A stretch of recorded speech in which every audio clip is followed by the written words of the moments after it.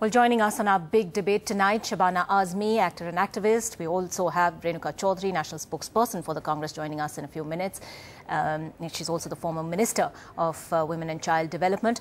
Flavia Agnes, lawyer and women's rights activist. Also M.N. Singh, former Mumbai police chief. We would like to put on record that none of the policemen or police spokespersons contacted by us in Delhi or in the National Capital Region agreed to speak on this show tonight.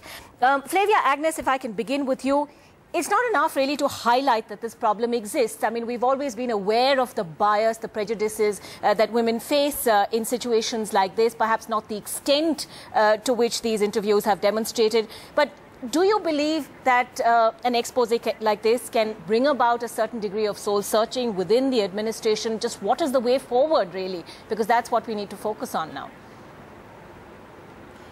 I don't know about soul searching, but it definitely helps in bringing the issue in the public focus.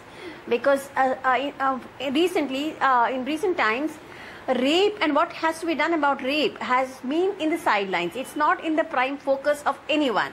There are other issues that are pressing, and rape somehow recedes, despite the increase in rape cases as well as a decrease in conviction rates. And that's really alarming. So what needs to happen is, when you highlight it, you have to have a police accountability.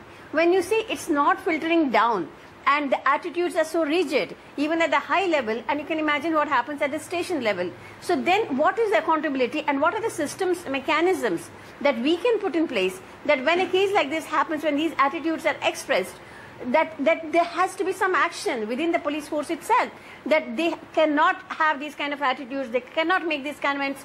They have to be sympathetic towards the victim when she comes to the police station. They have to give her that kind of support which helps her to file a case. If that doesn't happen, if there's no accountability, no matter how much soul searching or public debate happens, it will really not change attitudes. Renuka Chaudhary, you've been the women's minister in the past. What is your experience of matters like this? Do you believe perhaps that it would help to have systems, checks and balances in place, or are there mechanisms in place already which just don't seem to work on the ground? You know, I have to tell you that it's a much more complex situation than that.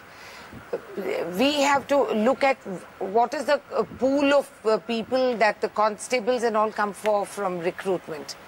It's a traditional stereotypical mindset. It's from those families that these men evolve into policemen. Now, as far as I'm concerned, as minister, we said there has to be a gender capsule, that at every level of training and exposure that these men are given to have to be reinforced, have to be inculcated in them till that mindset alters. In the meantime, of course, we have Hajar legislations and law-making processes which we have installed, but that's a very top-down process. And as a result of which, I mean just look at the bizarre dichotomy that the police stations are told that you cannot keep a woman in custody after sundown because they don't trust their own policemen, right? One would think that if a woman was in distress in the evening, which is where you're most vulnerable, the safest place in the country should be in the police station, where they are protected by the men in uniform. Instead, there is a rule that says that the women should not be kept there, which rightfully so, I back that you can't arrest women in the evenings, given the current circumstances. But the irony is that you're not safe in the police station. And in fact, the numbers of custodial rapes also bear that out. Yeah, are horrifying. And on top of that, you have men in power and in position talking about, you know, why women deserve to be raped almost. And this is, you know, it's such a complex thing to try and get through to their mind. And these are people sitting in the highest positions. I didn't win many votes for popularity when I took on, you know, home secretaries and policemen at various levels, when I've questioned their mindset. Shabana and so just imagine the horror. Yes. Yeah. Right. Shabana Azmi, if I can bring you in on this. These are husbands, fathers. Yes, please continue, Mrs. Chaudhary. No, I said these are not just policemen. These are fathers, husbands, who are sitting at home and probably blaming their own wives and children, their daughters, that they are responsible for anything that happens to them so in the market. So it's larger cultural biases, deep-seated prejudices, but when a person dons a uniform, does he have to leave those cultural biases aside? And is there a way of ensuring that? Shabana Azmi, do you believe that there must be training, there must be constant re-evaluations, perhaps workshops, and would these make a difference on the ground? I think that is the primary lesson that we must learn. Like Flavia said, this is not news.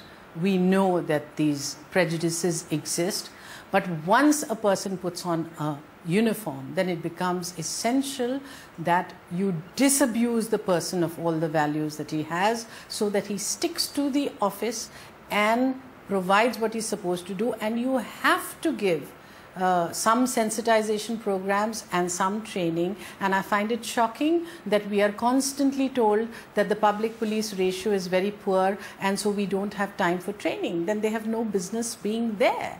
They have to be made, they have to be sensitized, and the very people who are supposed to protect us, if that is the way they are going to behave, and we take it as, all right, this is the mindset that exists, and just pass it on, it just cannot be tolerated. I'm amazed at the kind of silence that is surrounding what is a report that should really have caught everybody's imagination, and I'm surprised that the rest of the media are not picking this up, and this has not become the central focus that we should be talking about.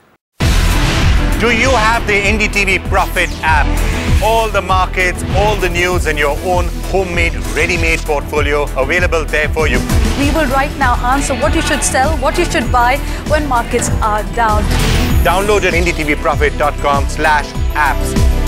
Get the best app from the channel you trust.